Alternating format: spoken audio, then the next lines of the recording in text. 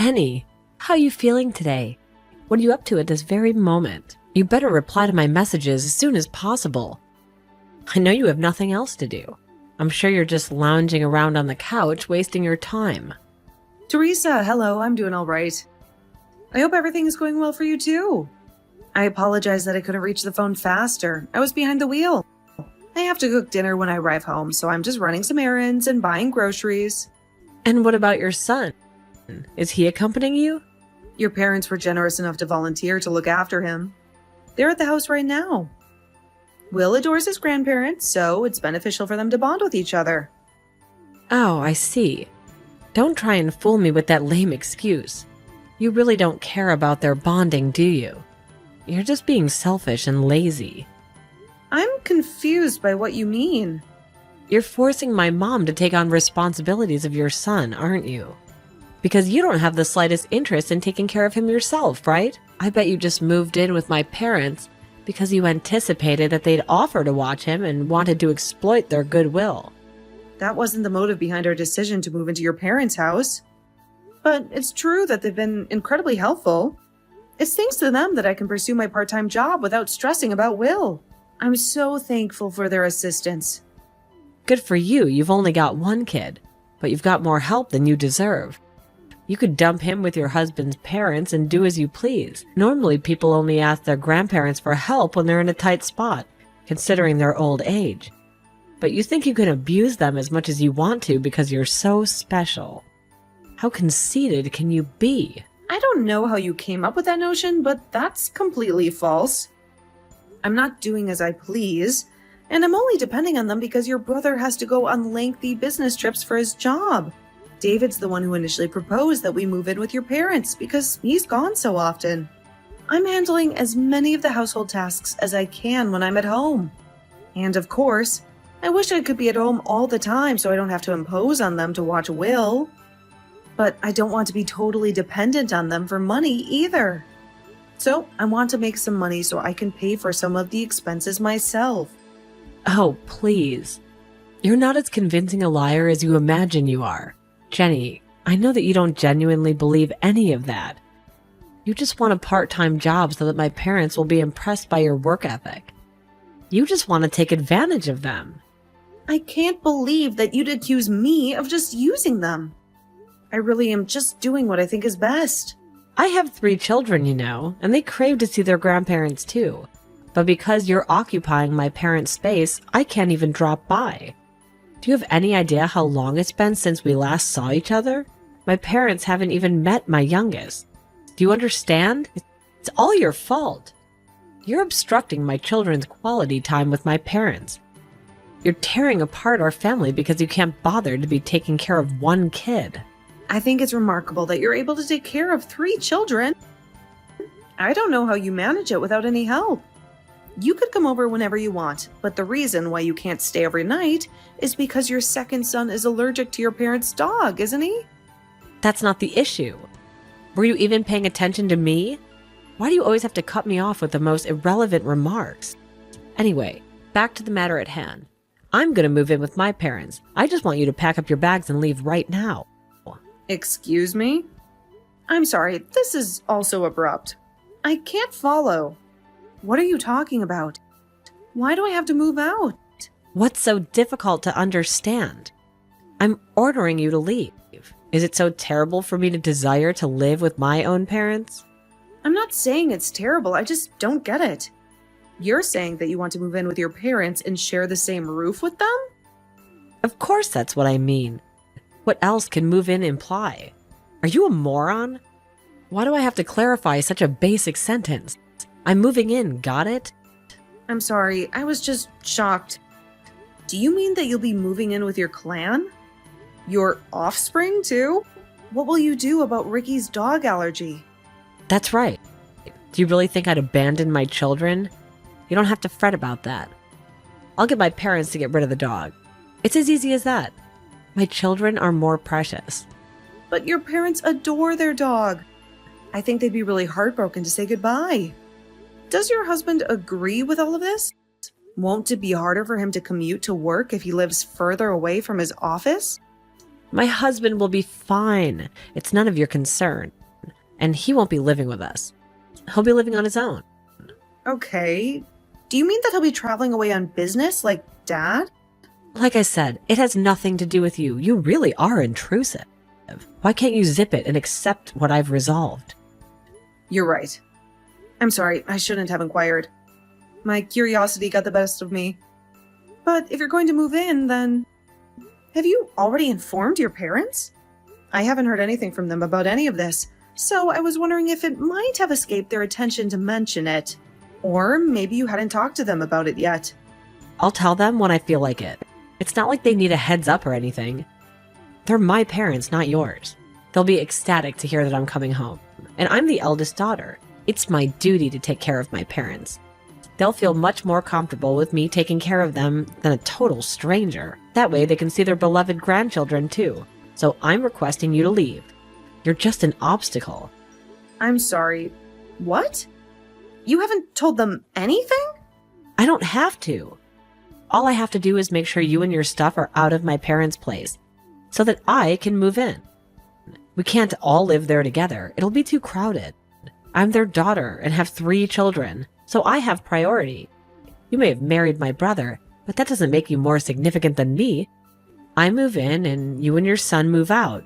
It's as simple as that. Even if you say that it's not something that can be done immediately or even in a few days, if that's what you were scheming, then you should have mentioned something or given me a warning, or at least asked for your family's opinion. Have you spoken to David? Of course I haven't. Don't you know where your own husband is? He's on the other side of the planet. How am I supposed to contact him without sacrificing sleep? Do you really think you want me to disturb him with something so trivial while he's working? And you call yourself a wife. Why can't you just comply with what I've instructed you to do? You could tell David when he comes home from his business trip. I understand that you don't want to trouble him, but if you haven't spoken to David or your own parents, how did you determine all of this? You can't just decide by yourself. That's way too egocentric. It was entirely my own decision. My mom and dad have absolutely no grounds to object to me. They adore me more than anyone else. Even though I'm a grown woman, I still have them completely under my control.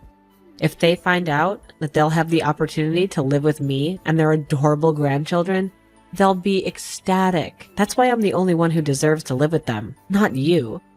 Do you comprehend that? Or was that just too complicated for your feeble mind? That may be the case, but you can't seriously believe that. You can't just make such a drastic decision behind everyone's backs. You're probably oblivious to it. But you're creating a lot of problems for my mom by forcing her to look after your son. He just had his first birthday, right? Do you have any idea how difficult it is for someone my mom's age to have to deal with a kid that young?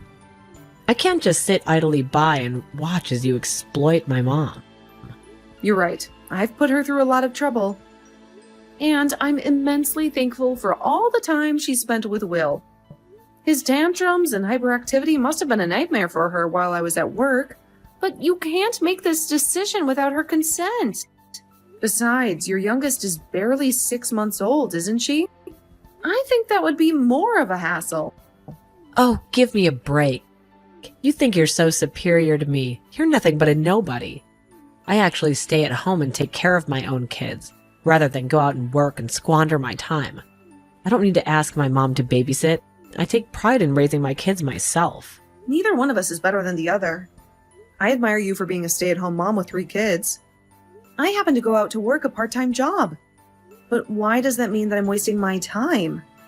We're each doing what we think is best for our own situations. Isn't that enough? Either way, I can't just pick up and leave so easily. Why not? Because where am I supposed to go? How am I supposed to move all of mine and David's stuff without any assistance from David? Maybe I could move out after David comes back. But I can't find a place at such short notice, and I can't agree to a decision you made without consulting any of us. You can leave David's things. He's family, after all. We'll store his things safely until he comes back. You just have to take your stuff, your son, and get lost. You're being irrational. Why do I have to move out right now? Because I can't tolerate people like you who try to take advantage of my parents' kindness. Just because they offer to babysit doesn't mean you can use them like they're a daycare service. I never liked you even before you married David. But I thought I should respect his choice of partner. Now I know I should have made more fuss against you when I had the chance, but that relaxed attitude of yours really infuriates me. I'm sorry. Our conversation was going nowhere, so I asked if anyone knew why you'd suddenly start behaving like this. And your husband told me what's happening. I heard that you're going to get divorced. That's why you're so eager to kick me out, isn't it? What? What are you talking about? Why would you talk to my husband behind my back? When I asked your mom, she told me that she hadn't heard anything about you planning to move in and confirmed that she hadn't agreed to anything like that. She didn't understand why you were being so hostile towards me. She hadn't seen you in person for a while and she was concerned about you. So she called your husband to inquire about you. He told her about the divorce and a lot of other things. My mom did? Seriously? She called my husband? What else did she hear? She discovered that your husband had moved in with his parents until the divorce is finalized. He told us that he had begged you to move out as soon as possible because he can't stand working from his parents' house and can't bear the sight of you anymore. That's why you suddenly came up with the idea that you wanted to move in with your parents, but didn't tell them anything because you wanted to dodge telling them why you're getting a divorce. Yeah, so what? It's personal. It's none of your concern. I don't have to justify myself to you. All you have to do is speed up and leave so I can move in. You want to move in because you have no other place to go. All that talk about not trusting me and not being able to forgive me for using your parents was all just a cover to hide your own blunders. You don't even know what state your parents are in. What? What are you talking about? What do you mean? My parents' state. They're just fine. Your dad isn't as fine as you think. I'm the one that's currently looking after him. Huh? Looking after him? Why are you acting like this is such a big deal? Of course you should be looking after him. Don't be lazy. It's a lot more grave than that. I mean that ever since he collapsed last year, he needed more assistance doing day-to-day tasks. It seems like you were just content that he was still alive. So you never came to see how he was doing.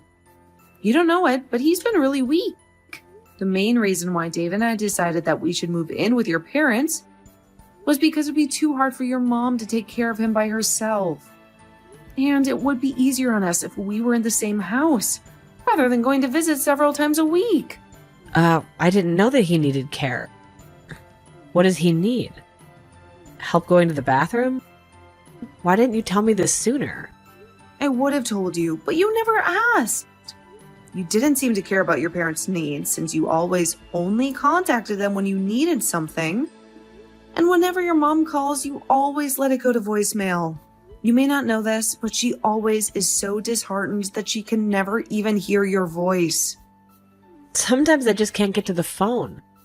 What's so bad about that? Give me a break. Like when? Like when you're having an affair, for example? I can imagine that it would be really uncomfortable for you to answer the phone when you're busy with a guy that isn't your husband. What? I'm not having an affair. Did my husband say something that I was having an affair? Because he's lying. You cheated and got pregnant. And when Haley was born, your youngest daughter's dad is the man you're having an affair with. Of course not. But that's the reason why you're getting divorced, right? He already told us that he filed for a divorce because he didn't want to have to endure the whole separation period. Which means that your husband already has evidence, like a DNA test. There's no point trying to deny that you didn't do anything wrong. Your mom didn't know, of course, and was apologizing to your husband. She didn't think that you were selfish enough to ruin your own family. But that's exactly what you've done. Your husband was shocked that your parents didn't know anything too. You're such a pain in the neck. But as you so eloquently pointed out, there's no use in acting like it never happened. If you're aware of the truth, Could you please do me a favor and lend me some money? Excuse me? Where on earth did that just come from? You have a part-time job, don't you? So you must have some extra cash laying around. I desperately need to borrow some. I'm unable to pay off the damages to my husband by myself. Oh, and he asked for a fortune, even though he's fully aware that I haven't been working since we tied the knot. Oh, and I decided to move into my parents' house at the end of the month. So I'll give you until then to pack up your stuff and leave. I'd appreciate it if you had some money ready for me to borrow then. What in the world are you talking about? Do you honestly think I'll do anything for you? Now I understand why you're asking for all of this. Besides, your mom told me that she won't let you kick us out. Especially since I'm obviously more willing to be your dad's caregiver. Maybe you should just find a job and rent your own apartment, instead of assuming that everyone around you will clean up after your mess. But I don't want to. Do you expect me to get a job in a supermarket or something? Ugh, that's so humiliating. And it'll be difficult to find an apartment that's suitable for kids. Your husband told me that he would take custody of the children. He's already taken the older two with him to his parents, hasn't he? He might as well just take Teresa too, since he's offering. He has the resources to raise them. You don't. You need to do something about that first. If I gave up all my children, I won't be able to demand that he pay child support. I can't do anything without that. He makes a lot of money, so I can demand as much as I want. Are you being serious? Is that the only reason why you want to take your kids back?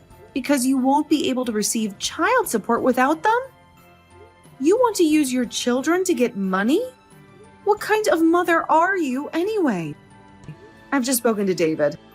He agrees with me that we shouldn't support you financially. You need to get a job and work it out for yourself. If you really love your children, you'd understand that that's what's best for them too, now that you're divorced. Besides, we don't have any money to spare. We're saving so that we can get my license as a caregiver. That way, I can get benefits for taking care of your dad, and I won't have to go to work. I can support him full time. I imagine that's impossible for you. So give up on moving with your parents. Then what am I supposed to do? I won't have anywhere to go. Why don't you ask your lover? He has a family too. I can't ask them for money. Are you a moron?